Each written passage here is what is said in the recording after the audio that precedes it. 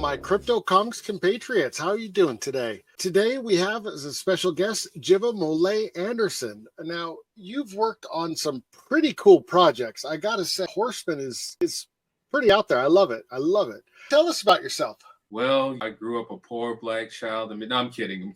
No, Detroit native, born and bred. Come from an artistic family. Dad's an architect. Oldest of 4 siblings. We're all working creatives and whatnot. That's the backstory.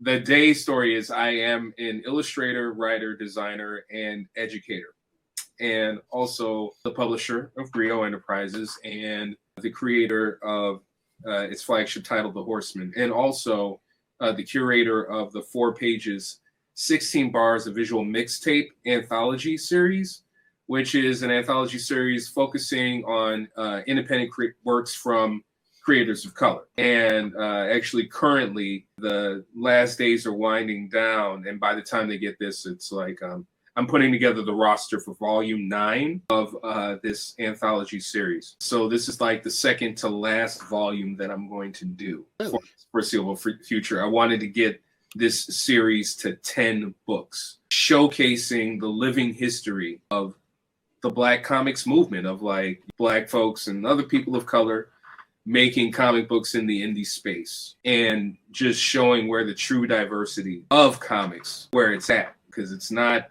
at DC, it's not at Marvel, it's not at the corporate too. They like to put a couple things out there, but that's not what's really popping. So 4 pages, 16 bars, thinking that I'm actually getting it to 10 is kind of like an amazing feat, and it's the longest running anthology featuring and focusing on creators of color. So it's like all Negro comics, like the dream realized in a way. That's how I like to think of it. Of course, some people could take that as being extremely arrogant, but I'm just saying. So you actually teach at the Chicago State University. I teach at Chicago State, and then I also teach at a school called Computer Systems Institute. So I teach at both of those schools and teaching them graphic design and branding and advertising, just basically the stuff that I do for my company. It's like, we want you to teach this program. Oh, what are the classes in the program? Oh, this is what I do in my daily life. Yeah, sure. So you can't get away from it then, huh? Nah, this is the career. Like this is what a career in comics and the arts looks like. This is one aspect of what it really is all about. It's not necessarily the whole hashtag comics broke me situation, but it's just the reality of it all. Like being a creative, being a working creative, whether you're an artist or a writer or an actor or a dancer, right? Like this is hard work. So yeah, shout out to the Writers Guild Association. Shout out to the Screen Actors Guild. Congrats for the WGA getting a tentative deal. They need to follow suit with the Screen Actors. And yeah, let's make this happen, because creativity costs, right? And we need to be paid what we're worth. So excuse me for getting my little Norma Jean on for a hot second. No, I 100% agree. 100% agree. But my placard. But yeah, this is what it's all about. So in terms of what I'm doing, it's interesting. Like in the last few years in particular, I actually, right before the pandemic, and especially when the pandemic happened, it made me realize that you need to stop chasing for the day gig to help pay for you working in this industry. And then I treated it as a job, but it was always like that thing of like, I need to get the day gig in order to have my thing going. While I had my thing going and been doing Griot since 1999. So there was a time, yes, when it started off, the day gig was definitely more important, but especially in the past few years, when the pandemic happened and when certain things like dried up, I'm like, what am I going to do? I've got this comic book company. All right, it's now time to kick it up into high gear. This isn't play anymore. Like this is going to be a source of income and a source of viable income that I need to depend on. And when I made that change, thinking of thinking holistically. Teaching is part of this business. The company is part of this business. Me being a freelancer working on other projects is a part of this business. All of it is part of this globule, that I made my career, which is focused on comics. Like, the reason why I'm doing these things is because at the core, it was always about comics for me as a career path. So what made you actually choose comics? I think comics chose me. What happened, going back to the abbreviated version of me being from a family of artists and creatives, and also entrepreneurs, and also like working artists and stuff like that.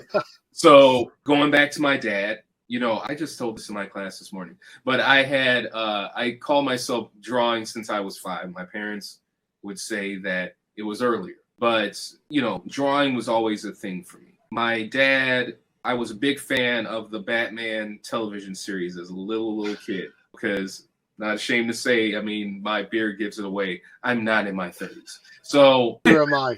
Right. You don't get any better than Adam West. And especially as a little kid, like, it was everything. So my dad brings home this comic book one day. It's a Batman comic book. I'm like, whoa, they make comic books of this guy. And I just got enamored with the storytelling, with that combination of art and story and text and whatnot. It's always fascinated me. So when I was 8, I wanted to be like my dad and be an architect. But then I found out that you couldn't draw people, or you didn't draw people in architecture. And at the time, I wasn't a big fan of math. But I kept drawing. I knew that I wanted to be an artist, like, when I was 7. Like, I knew, like, I figured out that's what I would do. That's what I want to do to make me happy. If I can figure out a way to play every day and get paid for it, that'd be awesome.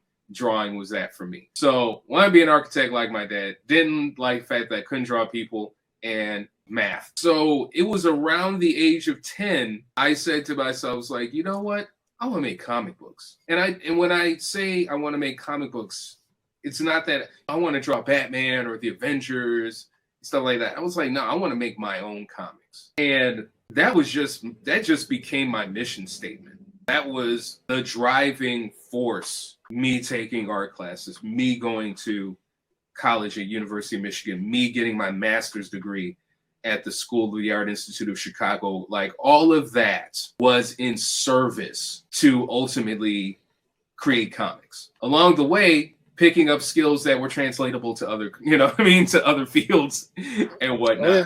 So in all honesty, like, I have been, a working artist or working in the art field since I got out of undergrad. Like really no other types of jobs. It's just all been, it's been creative or educational, that sort of thing, or freelancing. So with that being said, like, and working as a creative and being multidisciplinary like that, for me, like, it's all based in comics, right? So it's like, I work in comics, but also I diversify my bonds. But at the end of the day, it's all because of that pursuit of ultimately making comics. Your classes that you actually teach, do they take more of a CTE approach to it, the career and technical aspect? Yeah. Where it's more of a learn by doing, or is it more of the book work? I'm the kind of teacher that I'm like a learn by doing teacher. So it's funny you actually put that in words, because when I go into a class or whenever I go into a school and teach and stuff like that, like, I don't teach based on a model, like or a model that's been prescribed by the school. I teach from my heart, and I teach the way that I will want to learn. And again, being in that creative space, it's like learn by doing. Of course, I'm going to explain the process. Oh, yeah. You have to. Yeah. While we're doing it. And I'm also going to show you how I do it. Now, of course, when people see that, they're like, oh my God. I'm like, look, understand that I've been doing this for a while. So if my hands are moving faster and I know speed, that's just because I've been doing it for a while.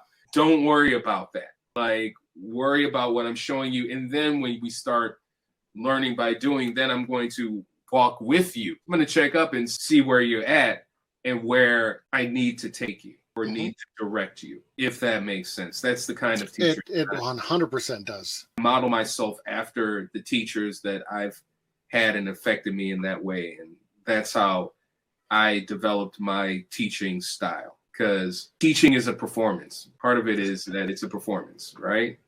I never quite thought of it that way, but it is. It's true. It's true. It's a performance, and you have to figure out the kind of performer that you want to be in order to get your point across, because people respond to different things in different ways. So even being that performer, you also have to be adaptable. Like you have to have a style. And I'm speaking about it in purely performance terms, and I understand that people don't get it, but you have to have a style. My style is engaging, it's humorous, it's informative, but also there's a kind or authoritative nature to it. I'm joking to help get the point across, and I'm also using metaphor and storytelling to get the point across.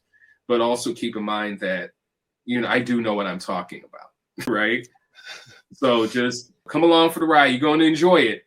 And hopefully at the end, you're going to learn something, right? And it's going to stick with you, okay? What inspired you to actually create the Horsemen series? Number of things. The first inspiration went back to when I was about 16, because I'd always been a fan of mythology. I was a fan of mythology like around 8 years old, because that's when Clash of the Titans came out. The real one, not the remake. Talking about the Harry Hamlin classic with Ray Harryhausen doing some stunning stop motion work, that one, right? So it was more Greek mythology. Yeah, so it started with Greek mythology. That's what got me into reading and studying mythology. So when Greek, dabbled Roman, of course went Norse, but it was around 16, I was like, wait a minute. I know the African continent has got mythology too. And it was like the minute that I thought about that, in the basement of my house, this book opened itself up to me. It's African Myths and Legends. Like I said, no, what I didn't say, my mother's librarian, my dad's from the States. So I was growing like the whole Black is beautiful or Black power kind of thing. It wasn't just a statement. It was a way of life. Like I grew up with a map of Africa painted on my living room wall, because that's what my dad did. When he was a baby. Anyway, so there was this book of African Myths and Legends, and I'm like, oh. And I started reading, and I'm like, oh. And when I was 16, I said to myself, I would love to do a series of illustrations of African gods and goddesses. Put that in my mental back pocket, okay, for the whole time. In the 90s is when I decided to make the first foray into comics. 94, right when Image was blowing up, Milestone Media, Tribe, Brother Man, the explosion of the marketability of not only independent comics, but yes, the first big rise of the Black age of comics. That's what said, okay, it's time for me to try and get it. And in that, meeting the Milestone cats, who kind of became like these very distant mentors, like mentors in spirit to me. That whole movement, I'm like, okay, getting into comics, coming up with some other concepts that were mythologically based, again, putting them in my back pocket. But when I was in grad school, and after I did my first indie book, JBD, The Devil's Due,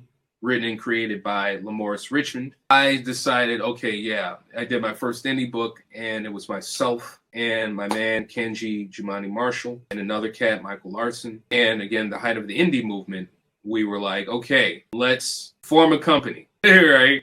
And that company would become Griot Enterprises. While I was in grad school, I was doing my thesis, and my thesis was going to be a book about the history of African-American superheroes and tying it in with African mythology. And I was like, okay, I'm doing this. And this is when Griot was just being formed. Originally, another book or another concept that I had was assumed that was going to be the first book that I was going to. But when I was doing the thesis, there was a crucial moment, because remember when I was talking about that series of African gods and goddesses that I wanted to do when I was 16, I was like, oh, I pulled that out of my pocket. I can finally do this, right? But how do I do it? I'm like, okay, because the whole idea was like, okay, traditional African dress, blah, blah, blah, right? But this is a book about superheroes. So I'm like, how do I rectify that? And then going back to mythology, going back to Norse mythology, going to Thor, and considering what Stan Lee and Jack Kirby did with that mythology, making it into a superhero universe, I'm like, I can do that. Okay. And so I started sketching these representations of these characters. And I'm like, all right, this is kind of too cool to just be my thesis. You know what I mean? Like felt it in my spirit. You know what I mean? And I'm like, this is going to be the first offering. And while I was in grad school and learning about my thesis, I was studying Afro-Caribbean art and ritual, like really beginning to get into the African faith systems like Ife and Santeria and Candomblé, and getting into Vodou and really studying that. And there was this book that I had to read for a class, Afro-Caribbean art and ritual, called The Divine Horsemen by Maya Deren, who was the authority in her time on Vodou. And I was like, let me take the divine out, the horseman, because it says in Vodou, or one of the things of Vodou, the Vodou faith, is that if you are a shewal of one of the Loa, that means you're being ridden like a horse. And the concept was that, okay, these 7 people are possessed by the gods of Africa, you know what I mean, to save humanity from itself. So that's where, so I'm like, the horseman, and I'm like, booyum, booyakasha, that's it.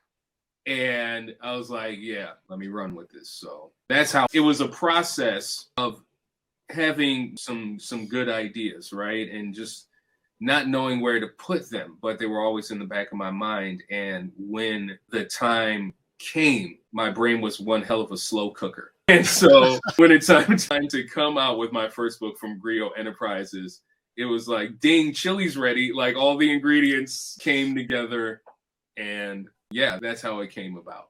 Have you been able to add some of your own experiences and identity into the book or into the characters? It's funny. A lot of my identity is in my outlook. It's so to the point where I have to, one of my challenges, and it's a good challenge, is to not preach, is to make sure that my characters have their unique voices, to make sure that the story moves at the pace that it's supposed to, that I abide by the rules of the universe that I created, right? With that being said, a lot of what goes on in my outlook on what's happening in this world definitely goes into the book. It went in from the beginning. I mean, that's how the book works, right? Anybody who says like, I want to create a comic book for escapism, blah, blah, blah, they wind up creating bad books because there isn't a link to the world, you know, that at least people can have an entrance point into, right? And so with the Horsemen, I mean, the Horsemen it's political. There is a statement to be made. I make it hopefully in a way that's somewhat subtle. You know, people talk about woke as pejorative. I've been woke since 1972. But also in that, it's like, you know how to deliver a message. Like, like the message doesn't supersede the story. It doesn't go beyond the world that you're creating. You want the world to be exciting. You want the world to be engaging, right? But you also want to have something that will resonate with the reader, that'll make them think a little bit about it after they're done reading it and maybe want to reread it again. For instance, writing wise, I've been discovering, like, I was a big Jim Starlin fan, right? Like his cosmic stuff, like the Adam Warlock stuff, his Dreadstar. When I think about like Howard Chaykin and American Flag, you know, and how political that book was. And I think about like Matt Wagner, like a lot of these artist writers, that's where my inspiration comes. So they were able to get into it. You know what I mean? They were able to make these statements and make these observations about the world and what was happening. Like they were able to push it forward in a way that was cool, in a way that it didn't beat you over the head. And some people didn't pick up on the message that they were that they were really laying down, but they were making statements. Alan Moore was making a statement. Frank Miller, before he became Old Uncle Frank, made some very strong statements. And so Dwayne McDuffie made those statements as well.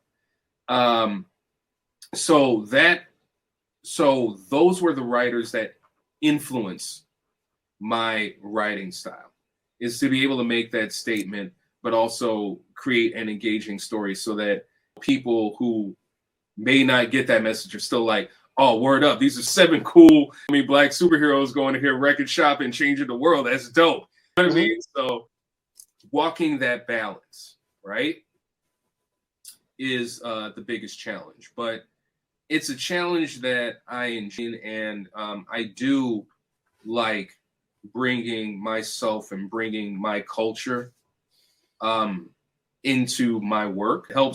It helps colors the work. It doesn't define the work, right? But it's other reference points that other writers aren't really bringing to the table. So it's one of those things that hopefully makes me unique. My love of music, like hip hop and house and techno, R&B, soul. What I try to do is I try to at least establish some sort of rhythm to my work as well. So hopefully it's successful. One of the things you kind of brought up was kind of the woke movement. I noticed that there is a kind of a difference between the typical corporate woke, where we're just going to take a superhero and we're going to make him black now, just so, hey, we can fill that quota, versus an authentic character that is actually brought to life by the culture, by the backstory. So I've noticed a lot of the same with the LGBTQ community. How do you go about creating that authenticity with the characters and kind of avoiding that corporate version? Well, number one, it helps to know people in those communities. I am very fortunate that I have friends literally from all over the world. Like, I have my black friends, and those are diverse, from people from the States to the islands to the continent. I have Asian friends, I have white friends, Latino friends, LGBTQ friends. And I'm not just saying friends like I just know these people and we have, no, like, these are my people. I mean, these are my people, these are my tribe, right? So I always refer to them as, this is my barbecue crew. These are the ones who come over to my house. Exactly. Yeah, these are the ones that I would invite to my crib.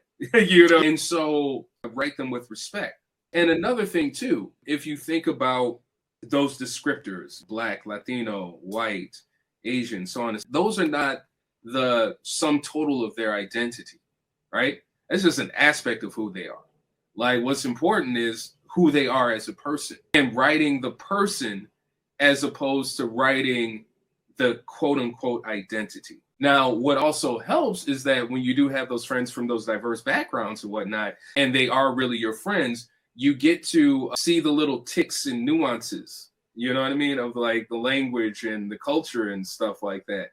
And you can bring that in in a real way. And of course, I research it and I double check it, but there are moments when I'm writing a character that's not me. I'm like, and another thing it helps is, like, I do base the personalities of a lot of my characters off of people I know. So if I have a character, like, I'm like, I think about the person, like, how would they say this? How would they approach this? And then try to emulate that in the writing. Like, for instance, writing for role-playing games and writing for Vampire the Masquerade and Chicago by Night. And I was really getting into the LGBTQ community with that.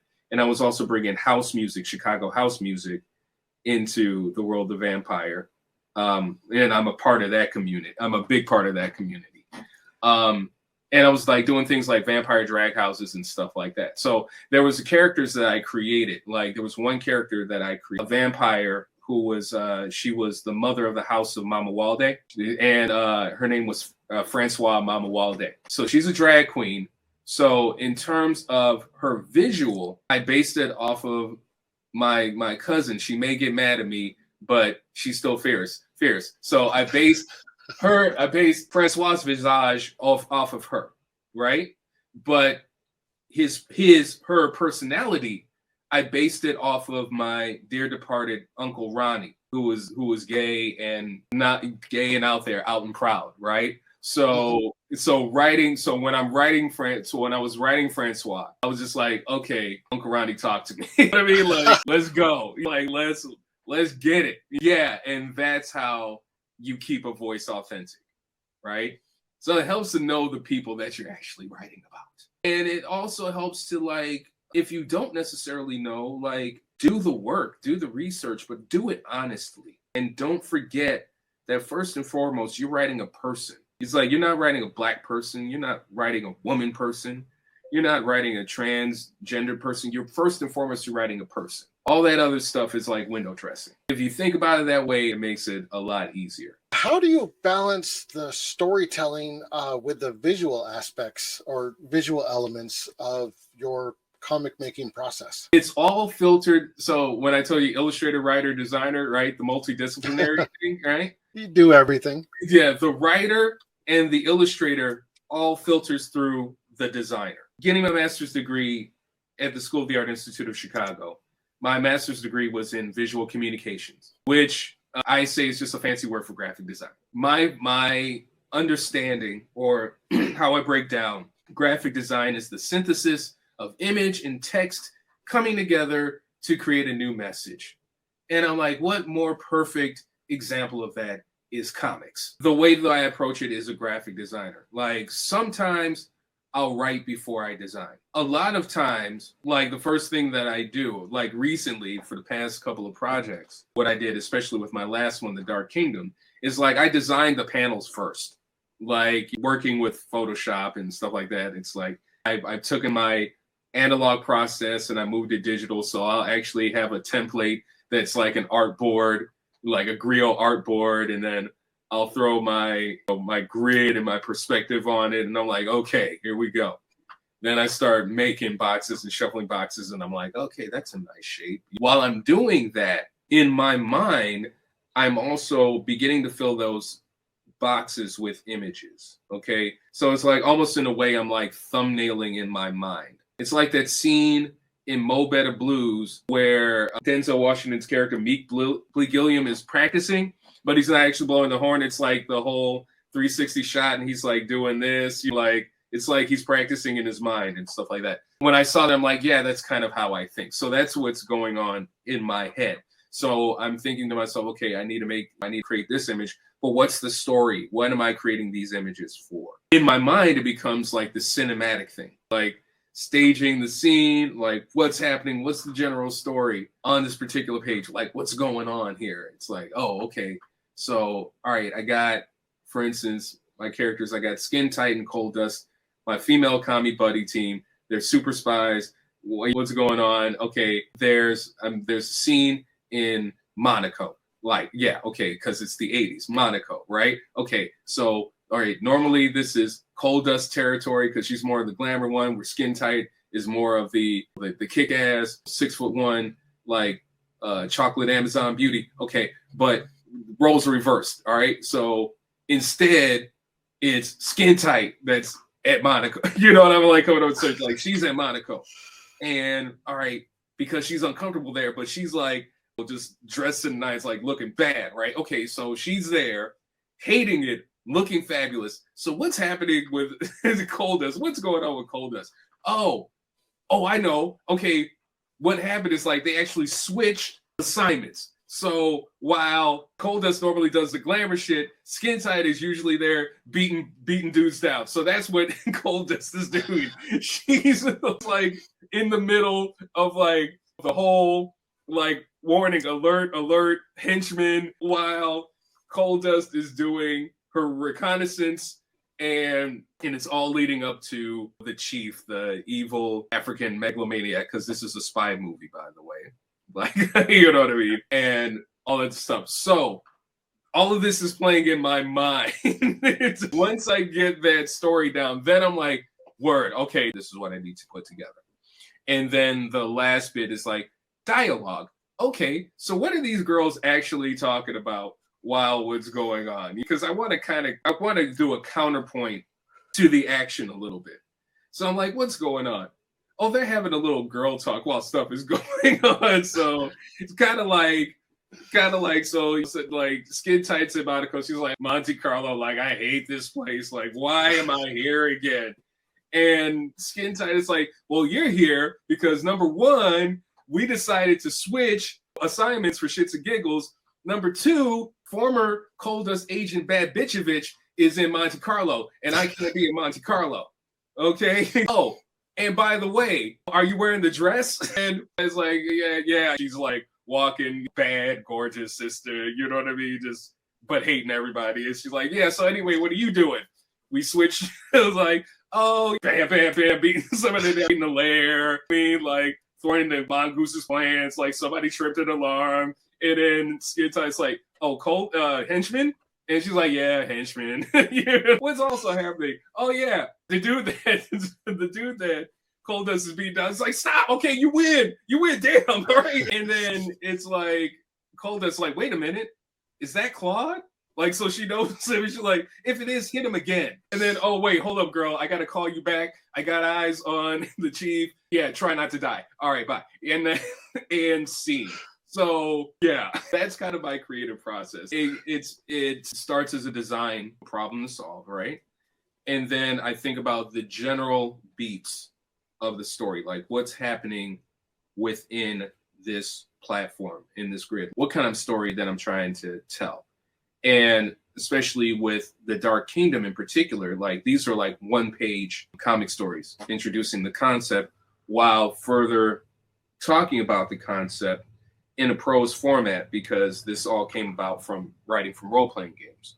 So having that challenge, giving myself that challenge of the one-pager and thinking about it as a design problem. That's where the illustrator and the writer come together, and there's really no fighting because the designer's like, yo, putting this together to create a new message. So in my head, sometimes the illustrator wants to do something. It's like, yeah, that's not going to work. Other times the writer may want to write something. It's like, man, that's just too many words. Like, let's make this work so we can make this page work. Because at the end of the day, as I said before, I look at comics as the ultimate form of graphic design. So that's how I approach it as a designer who happens to know how to draw and who happens to know how to write and tell the story. Out of all of that, is there an element that you actually find the most relaxing or even enjoyable? Well, I mean, it's all enjoyable, but the thing that I will get lost in is the core, which is drawing. I mean, like, drawing is that thing for me. Like, in some ways, I almost feel it's dangerous, because if I had all the time in the world, all I would do is draw. As a matter of fact, I don't draw enough. I feel like I need to draw so much more in order to properly evolve, if you will, or properly continue my growth as an artist. I mean, I've developed a visual style, which combination of illustration, collage, I make it all work to create compelling comic book pages. But it's that 5-year-old in me. I mean, it's that 14-year-old, hell, even that 21-year-old. It's like, nah, man, you need to draw it all. Like, you need to say, like you need to be doing all that stuff. And looking at artists like Ivan Rice and Pepe Larraz, and one of my idols, George Perez, like looking at cats like that, like if I could draw like that. But I will say this, through all my years and at this point in my career of my visual style, I'm like, okay, this is mature Jiba Anderson, and I don't hate it. Okay, this is working. You know what I mean? Like, this is working for me, and luckily other people like it too. With your fans, you've had some pretty big fans in the comic book industry. Tony Todd, he's actually creating his own comic series. Also, Dwayne McDuffie, as a fan of yours, that's huge. Do you share any moments? I mean, you just reminded me of like that moment when Dwayne McDuffie told me he was a fan of the Horsemen. Like, what was that like, man? He's the reason why I'm still in the business. Because at the time in 2005, I was debating. Like, 3 books came out, the first miniseries came out, funding dried up. There was like some drama going on with it. I didn't know. And I'm like, yeah, who's going to remember me? And it was like at that San Diego Comic-Con, the first thing that happened was like I was promoting another book I was working on at the time with Universal Music Group. And I had some postcards of the Horsemen and whatnot, because that's when print on demand first started coming about. So I was keeping my eye on it. But I was handing postcards out with this preview book that I was doing. And it was these 3 brothers. When I handed it out to them, right, 2 of them walked away. One of them was like, yo, here's my postcard, some other stuff I did. And he looked at it. He's like, yo, he's like, the Horsemen, like you the dude who created the Horsemen? Yo.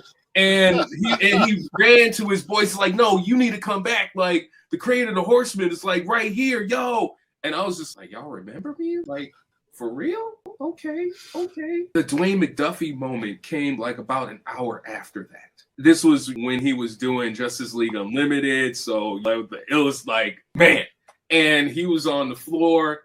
And I was like, okay, Mr. McDuffie, first of all, fan moment. Dude, been down with milestone, like Justice League Unlimited, like illest cartoon ever. Like, man, you were just killing it. Like, just wanted to do that. Fan moment. Thank you. It's like, okay, outside of that, you guys inspired me to start my own company. So just wanted to hand this to you, like take a look at the website, like let me know what you think, right? And so he looks at the postcard and he's like, it's like, the Horsemen? I was like, yeah. He was like, Grill Enterprises, that's you? I'm like, yeah. He was like, man, I love that book. He's like I wondered what happened to you guys. Like that book was so good. Because of that, he was like, because he said that, I'm like, The Horsemen. I can't stop making The Horsemen. Dwayne McDuffie's a fan. Like, how else are you going to respond to that? I would be so like just pumped up, and I'd be like, all right, next issue's coming out tomorrow. It definitely put me on the path. When Tony Todd just popped up at my table in 2012, no, it was 2014. He just popped up at the table. You know what I mean? Like looking at the books. And when this interview comes out, my friend Jude will see this and he will still be pissed at this story because Tony Todd is one of his favorite actors. And he stepped away from the booth from a moment. Anyway, Tony pops up, right? Again, I'm like, Candyman just popped up at my table. And I didn't even say his name 5 times. Let me keep it cool. And he's like, yeah. It's like, anyone contact you about Hollywood yet? I'm like, not yet, working on it, that sort of thing. And he's like, oh, by the way, my name is Tony. I'm like, I know who you are. Like, come on, man. But no, just like the way he approached it and that thing. And he introduced himself as Tony like that. And just like, that was such a cool moment. That was a cool moment. I had a similar moment like that when the Horsemen first came out and Sean Astin picked up like the original miniseries. Like this is like Lord of the Rings, like he was doing the movies and he picked those up and he's like, yeah, these are great. I'm like, word up. Coolest, aside from Dwayne, coolest is George Perez. I met George in 2004 as I was getting in, and just the kindest guy, just open, like everything they say, gregarious, warm. He was a fan of the craft and he was a fan of the industry. And he was a fan of his fans. And I met him and just a cool guy. And I was just coming in with my portfolio, gave me some great pointers. I remember seeing him at the next con and he was like, oh, Jiba. I'm like, whoa, you remember my name. And I wound up being a character in his book, Crimson Plague. Like only like one issue was printed, published. I still have him. I actually have both versions of it. And because he did this thing like with his fans sending your picture, like you'll become a character in the book. I actually had a speaking part. Even though I knew I was going to be a red shirt, it was a speaking part in my name in it and stuff like that. I think it was 2018, I believe, right when he was retiring at C2E2, like one of his last shows. And he did this cover for this book I was picking up called Lord Border, and he did the cover for it. And I asked the writers, like, yo, will George be back to sign the book? He's like, yeah, he'll be back Sunday. Because at the time I had also published The Horsemen Lumumba Funk. I published that book, so I had copies of that book at the con as well. And so Sunday came around, and I got my book signed. My Born in King is signed. Yeah, that's right, because he was there. I'm backing up. Yeah, he was there, and I was like, man, like, I know you're going to retire. I just said I want to thank you, like, for showing me, like, how to be a gentleman in this business. I want to thank you for for being you, you know what I mean, and whatnot, and how much you inspired me, whether consciously or subconsciously. And I was like, I just wanted to give you a copy of my latest book, Lumumba Funk, you know what I mean, because it's like helped inspire me to go this path. And he said to me, I am so proud of how far you've come. Man. What just an exceptional career. And to have someone like that say something, that's real. Wow. Like real talk. I have been blessed in this industry. Like, I was supposed to be here. I used to shop at Todd Johnson's comic book store. Todd Johnson and Larry Stroman, creators of Tribe, right? I knew Todd from then. Just the milestone cats. Like, it was Dennis Cohen who I showed my portfolio to the first time in '94, and he was like, you want to make your own comics, don't you? And I'm like, I ain't gonna look at my soul and help put me on the path. He's like, you're gonna make your own comics, go ahead and make your own comics. He's like, but if you want to work with us, you need to work on this stuff. And then giving me the business card and me setting up a meeting the year later, cold ass February, walking 22 blocks from the DC offices because I just wanted to visit, in the freezing range to Milestone's offices. Get to the office, Dennis forgets we have the meeting. However, he carves the time out to still have the meeting. You see what I mean? I'm not gonna lie, I've been blessed like my heroes. I'm not saying that as a humble brag. I mean, I'm saying that in awe of that. Like, I still feel that. I still respect that. And that's one of the things that Perez taught me, is respect the fans. Like, respect everybody that's coming up to pick up your book, right? Because they're valuable. You know what I mean? Help you eat. I'm not talking the fandom. I'm not talking to, what about, no, I'm talking about the people who actually take the time and come pick up your book and keep coming back. Like, one of the bugged out things that happened this year, at this year's C2E2, sharing a booth with my man, Greg Anderson Elise, creator of Isnada the Were Spider. This cat comes up. I'm like, hey, how you doing? My name's Jiba Anderson, Creator Enterprise, the Horsemen. He's like, oh man, he's like, the Horsemen, yeah, y'all back. Like, I love that book. He's like, yo, I love that book so much, like I passed it on to my son, and he loves the book.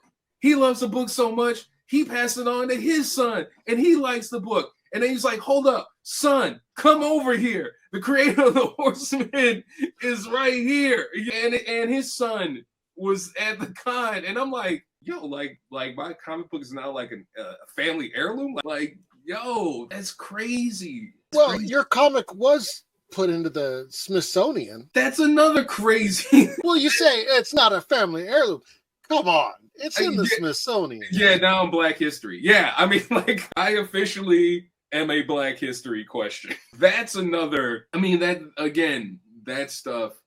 Like, it's what's funny is that it's not my first time working with the Smithsonian. Really? I first worked with the Smithsonian in 2010 because of an article that a friend of mine wrote for the Chicago Reader. He asked me in February if he wanted to write this article about my career. I'm like, yeah, cool, sure. I'll be in the Chicago Reader. Awesome. Around that same time, like literally that same month, Eric Williams, owner of the Silver Room, which is a shop, but he's also like just the brother Adi. He like the secret organization of brothers that make stuff happen in Chicago. Anyway, he did gallery shows in spaces. And he was like, yo, would you like to do a gallery show, right? At the Silver Room. I'm like, okay, cool. Of comic book stuff, right? Keep in mind, it's all comic book based stuff, then also stuff I did for album covers and being a part of the house and techno community. I'd done a lot of album covers for releases and stuff like that. The day before the show, which was a Friday, this was in June, the article runs in the Chicago Reader, right? That Friday, that show was like huge, like to date, like biggest show of my career. Like, it's bugged out. The Monday after that show, I'm checking my emails, and through my emails, a lot of it's trash. Like, click on ones to trash. One of them said like the Smithsonian National Museum of African Art. In my mind, I'm like, maybe they're asking me for money, but I'm not going to throw that one away yet. Throw away the rest of it. I open up that email, and I just won't forget it. So I get it like, peace, Brother Anderson. Congratulations on your article in this website, which was not the Chicago Reader website. I was like, wait a minute. It's like the article matriculated to another website.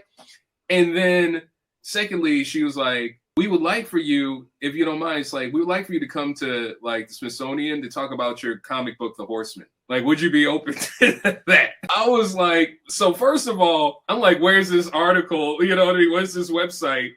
And my article is right above an article about Jay-Z and like catty corner to an article about Michael Jackson. Okay, so I would remember like when I would joke to people sometimes, like, because I started teaching at the time. It's like, yeah, one day I'm probably gonna be like the Cornel West of comics, right? So I get that email, and then I'm like, well, I guess I'm gonna have to start growing out my fro, like getting the scarf, the gap in my teeth. So that was Mr. Anderson's first trip to Washington. And then Smithsonian was like, yeah, we'd like keep you in mind for future projects and stuff like that. I'm like, yeah, cool. Yeah, that'd be really cool. My second trip to the Smithsonian, my friend, she hits me up again. And she's like, yo, okay, listen, we have this like partnership with the country of Oman. They gave us a grip of money to do something with it. Let's talk to you. What do you want to do? Like, I don't know, graphic novel, little animated short gallery show? Like, we don't know about the gallery show, but we like that graphic novel and animated piece. Give us a budget. I did lowball myself on that budget. However, it was a nice piece of change. So I wound up creating the Song of Lion-O-Go, an Indian Ocean mythological remix. So I wound up creating a graphic novel for the Smithsonian National Museum of African Art. And it was a program like I came out and did talks with some of the students in the Washington, D.C. area and the schools and stuff like that about my work. And it was a free giveaway. So, yeah, so that was the second trip. So this time around, I got hit up by them again, and they were like, yeah, we are doing this long-term exhibition on heroes from the African diaspora, and we want to feature the Horsemen in this exhibition. Okay. Again, I was like, yeah, word up. All right, yeah, sure. The funny thing is, like, it didn't really hit me until, like, this summer when I got hit up by them again, like, we need your address because we want to send you a copy of the tome of the exhibition. And then I got it. I'm like, holy crap. Like, I am in a book mentioned in the same breath and voice as Nelson Mandela, Miriam Makeba, Stephen Biko, fellow Liberian, first former President Sirleaf, first woman president of Liberia. Like, my work is represented in this book, right? And I had to, and really, it just really set in. It's like, I made it to the Smithsonian on comic books and not even working on DC or Marvel books. Like, the Horsemen got me to the Smithsonian. Back in the School of the Art Institute of Chicago, was the Ivory Tower. Some cats poo-pooed a little bit about superhero books. I mean, they accepted what I did. Like, I did the thesis, and I'm like, yeah, that's my thesis. Like, what up? And that happened.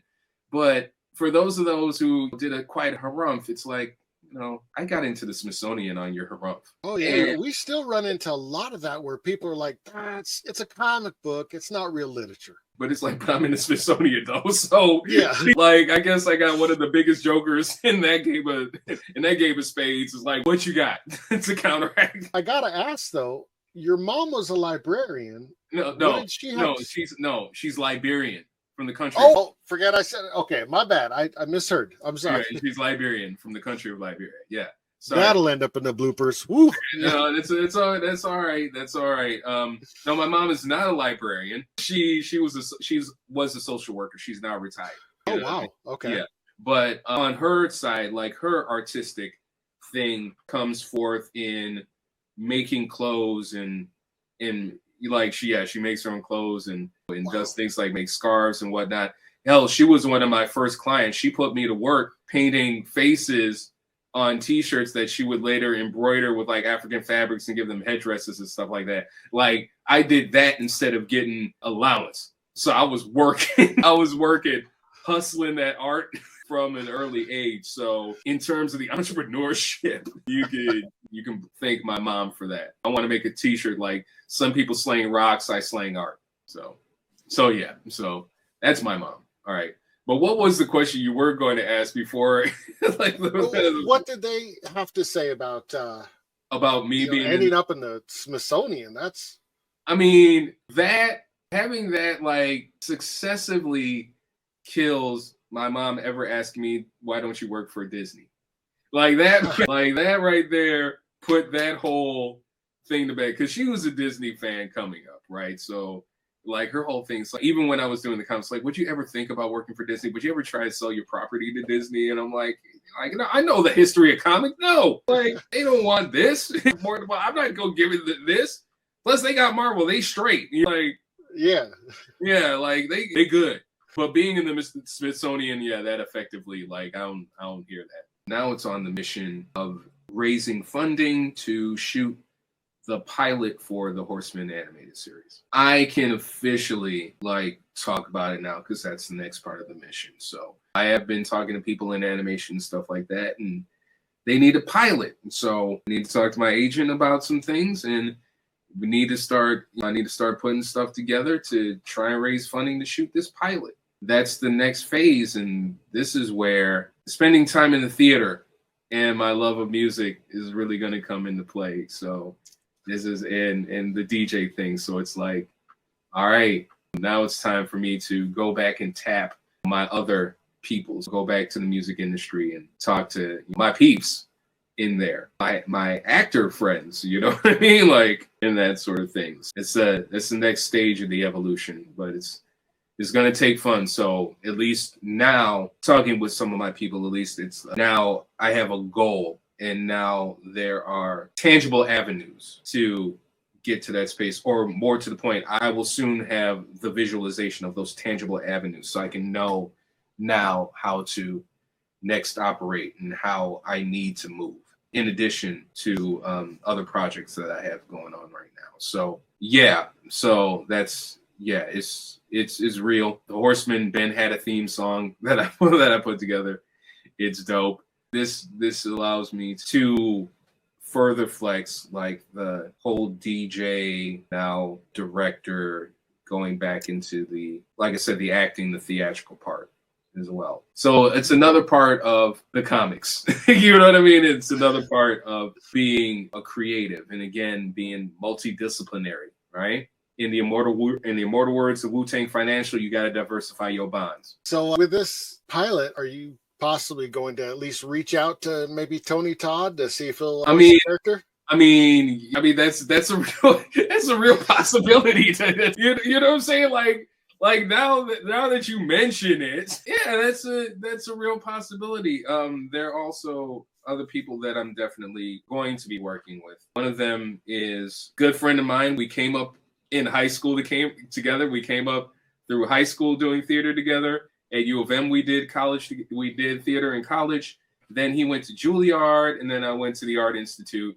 Damon Gupton, good friend of mine. If you watch Black Lightning, he was Inspector Henderson for 3 seasons. Yeah, so that's my guy. We go back a long way. So much so, it's like a few years ago when he was like working on Empire, he hooked up for lunch, and I was like, yeah, you know, dog, when I make this Horseman cartoon, you know I'm hiring you for being one of the voices. He's like, hey, man, just tell me when and where.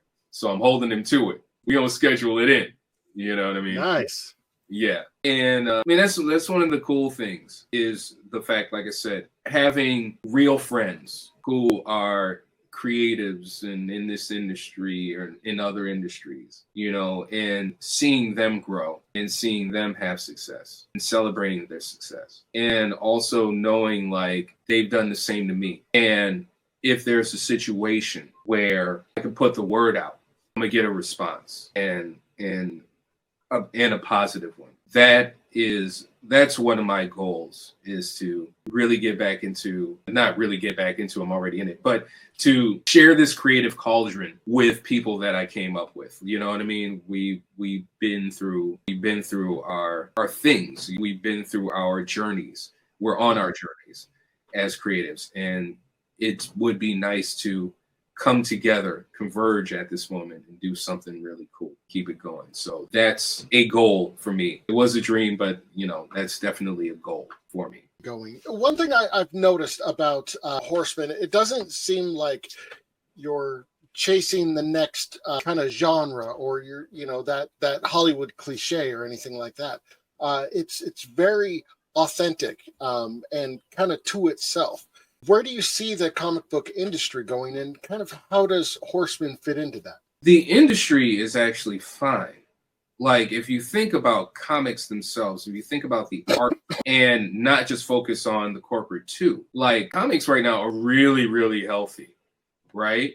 If you think about crowdfunding, which a lot of people, they look at crowdfunding, so you're raising money to produce the book. It's like, no, you're actually, if you think about it like the record industry, crowdfunding, that's really like pre-sales. Those are pre-album sales, right? And you got to deliver them, okay? With that, you can supersede the local comic book store. You can supersede the traditional distributors who may have these sort of like gatekeeperish ways, like, oh, we don't think this will do this. We don't think this will do that. Well, it's like crowdfunding kind of proves them wrong each and every time. Like I think about most recently with Good Omens, the success of that Kickstarter, when you had publishers pass on publishing this book by Neil Gaiman. Neil Gaiman, right? That's just not not something you do. If Neil Gaiman's like, I want you to do this, you just do it. And do it that way. And they were like, oh, okay, all right.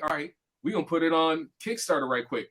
$2 million raised. Now, people will say, like, well, it's Neil Gaiman's name on it. Yeah, it is. But you know what? Neil Gaiman had that name to put it out there to supersede the publishers in order to raise the funds to publish the book in the way that he wanted to and to pay the creative staff fairly. That's the one thing that just blew me away was his stance on paying everybody. So, and that's its own thing to itself. Like there's so many books in that space. I also think of Iron Circus Comics with C. Spike Trotman, like how successful she was building that company through crowdfunding, so much so that she's not even crowdfunding on Kickstarter anymore. She's crowdfunding on her own site.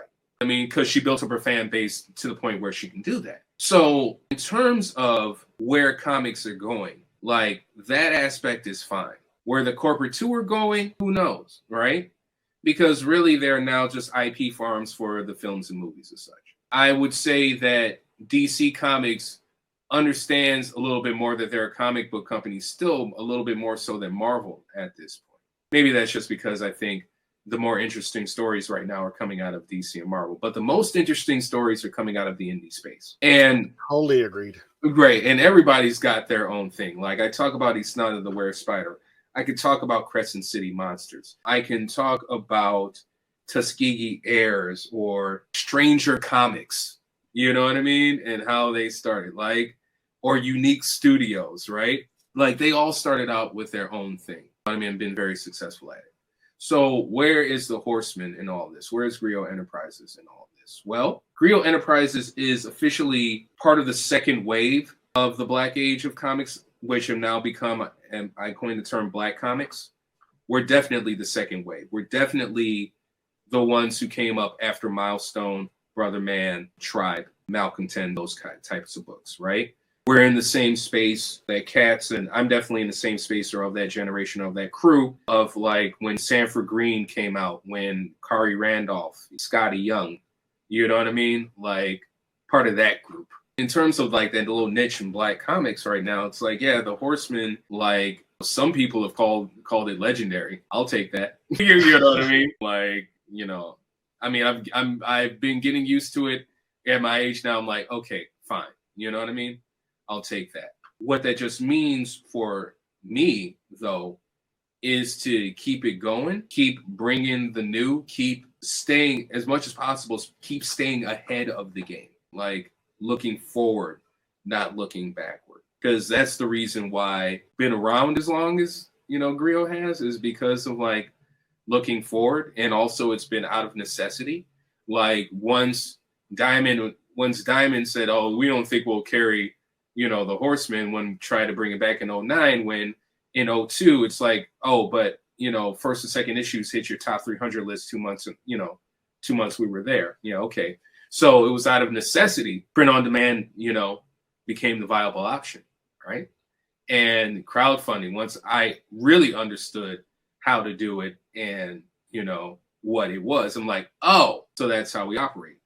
It's out of necessity. You know, just always, if I can stay forward thinking, that would be a good thing. Now, forward thinking does not mean making AI generated image comic books, because they'll suck. Forward thinking is just, you know, how to move in this business, how to take the things that I've already established, how to take them to the next level and create some new stuff as well. And hopefully people will respond to that. So what advice would you give a newcomer, a creator that's coming into the industry or trying to break into the industry?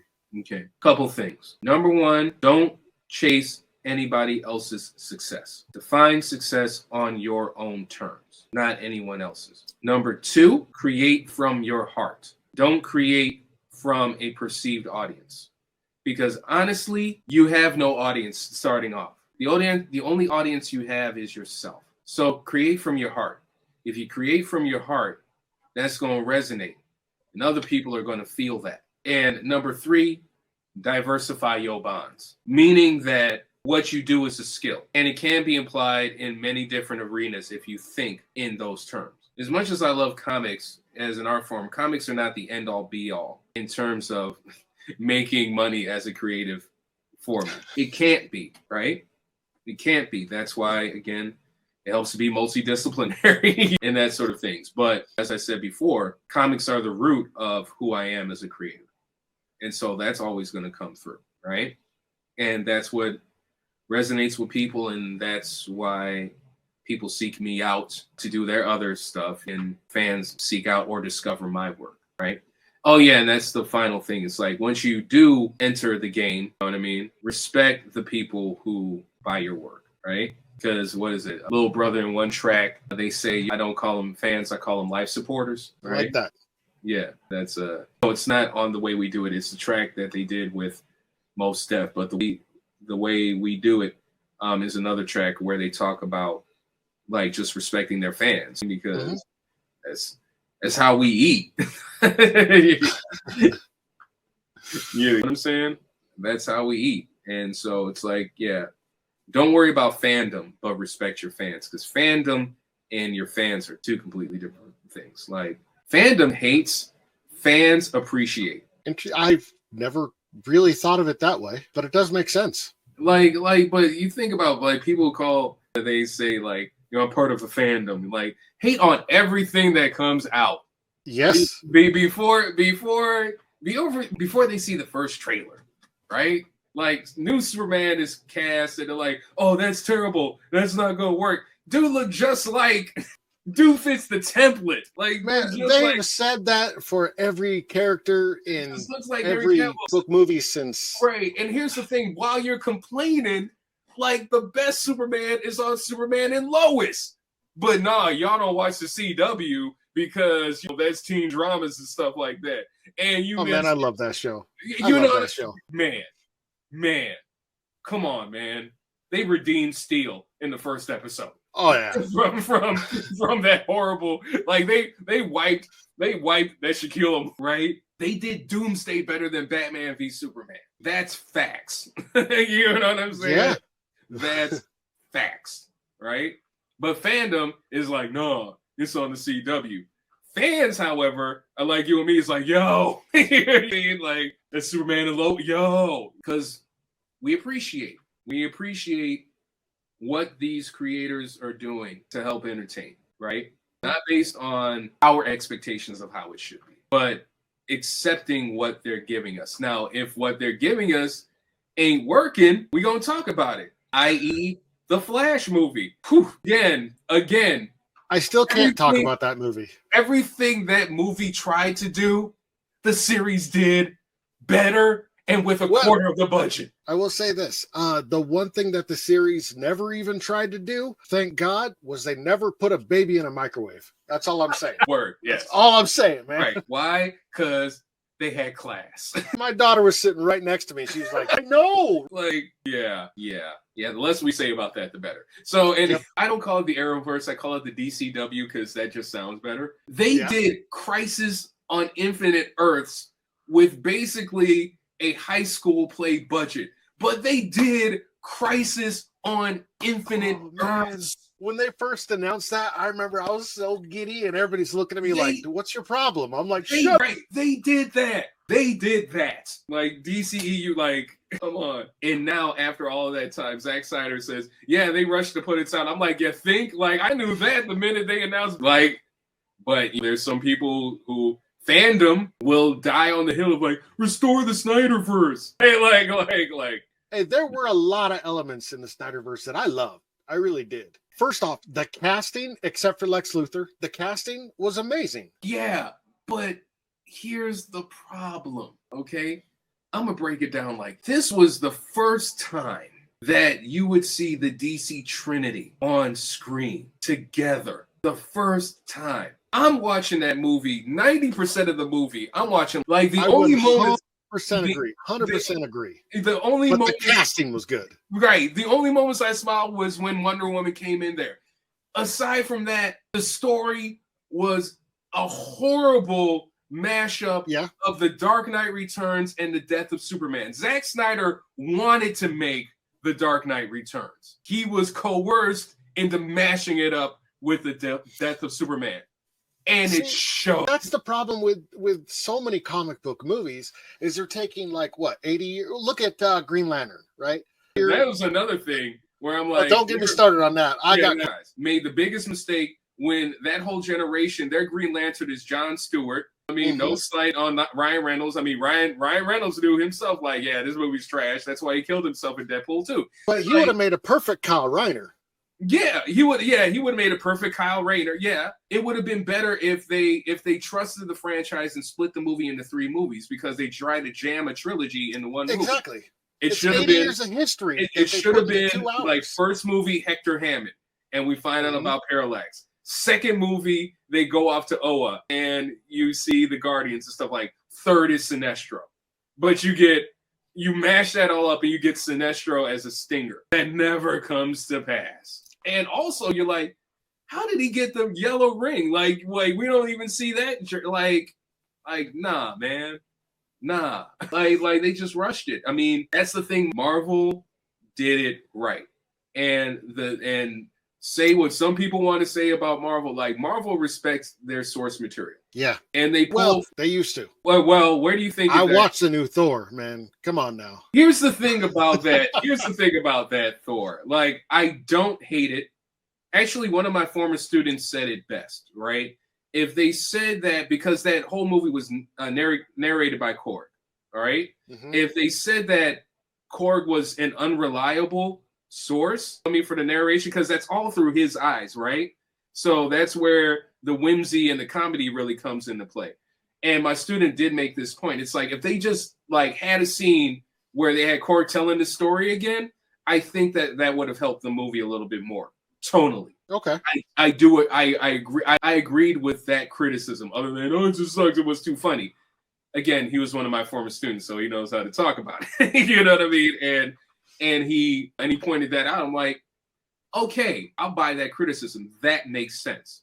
I agree. I mean, as a whole, I didn't mind the movie, but yes, if that point was made or addressed in the film again, I think that would have helped. Right? But I mean, they started out, you had Kenneth Branagh as the director. This guy is a Shakespearean actor. You had a very serious character of Thor. Right. And then by the time you got to the third one, it seemed like they were just trying to chase Guardians of the Galaxy. Which worked great for Guardians of the Galaxy, but it to me it didn't translate to Thor. Well, for me, I feel that Thor Ragnarok is the best of the quadrilogy. Like, I love Thor Ragnarok. I also put it in this context, okay? And especially with Love and Thunder, right? You have to think about it this way. Thor is truly the most tragic of all of the characters, right? Throughout his movies, his mama died, daddy died, his brother died, you know what I mean? His best friend died, like half his people died, you know what I mean? And came like, do you realize how dark, you know what I mean, that movie would be if you shot it in a serious manner? Like, the comedy of it is sort of like the palate cleanser to all of this darkness, right? Like, even if you feel about, at the end, Love and Thunder, Jane dies. Like, how much loss, you saying? Like, that guy is going through. And I think the levity of it cuts through that darkness, right? So I don't mind that, because I understand the balance. Like, if we didn't have that, so you really thought about, like. See, I was hoping for more of that psychological aspect of it, because I mean, once you got to Endgame, you had Thor in the fat Thor suit, and I really thought they were going to lean into the PTSD and like actually dive into that, and that would have. But they turned it into kind of a joke with just all the gravy jokes and stuff. And it's still, like I said, that PTSD stuff is still there. But it was again, the levity overshadowed. It was overshadowed by the levity. But that stuff was still there. Phase 4 was all about dealing with loss and the importance of family. Fandom is like, Phase 4 was worse of the bunch because they was directionless. No. it was all mourning. Like phase 4 was all about mourning and dealing with mourning and how important it is, how important your family is to you. From Eternals to Shang-Chi to Black Widow to Thor to WandaVision to Loki to Moon Knight to Spider-Man No Way Home. All those films culminating in the funeral in homage to Chadwick Boseman that was Black Panther Wakanda Forever. That's phase 4, right? Mm-hmm. The mourning of that, like even Werewolf by Night. You again, the importance of family, found family, friends, that sort of thing. You could say honestly that Guardians of the Galaxy Volume 3 is the end of that mourning and family period. So now we're in the next phase, so we can see how that phase goes. That's just We're just nerding out right now. I love it. Right. That's just my opinion. So yeah. Oh, my last question for you is, where can we actually pick up the Horsemen and all your other books? Well, the one-stop shop is griotenterprises.com, www.griotenterprises.com, all lowercase. You can get all of Grio's books there, from the Horsemen series to the 4 pages, 16 bars anthology series, to our latest releases, The Dark Kingdom, and also our newest graphic novel, written and illustrated by my fellow University of Michigan alum and also dear friend Ellen Wetmore, Dante, A Divine Comedy, which is a surrealist, satirical take on Dante's Inferno, except Dante is a Black professor going for a job interview in a predominantly white institution. And now for something completely different. But you can get all of that at griotenterprises.com. Link will be in the description. Okay, that's where you can find it. Thank you so much for joining us tonight. This has been enlightening and just so much fun. Thank you so much. Thank you so much for the interview. I enjoyed it as well. So I had a great time. Everybody like, share, subscribe, and be on the lookout for the next Kickstarter from these guys. It's good stuff. Thanks for saying that. Appreciate you. And that's going to be coming soon. Like the Kickstarter for 4 pages, 16 bars, volume 9 till infinity is coming soon. Yeah, I'm going to have to pick that up too. All right. And thank you again. All right. Thank you.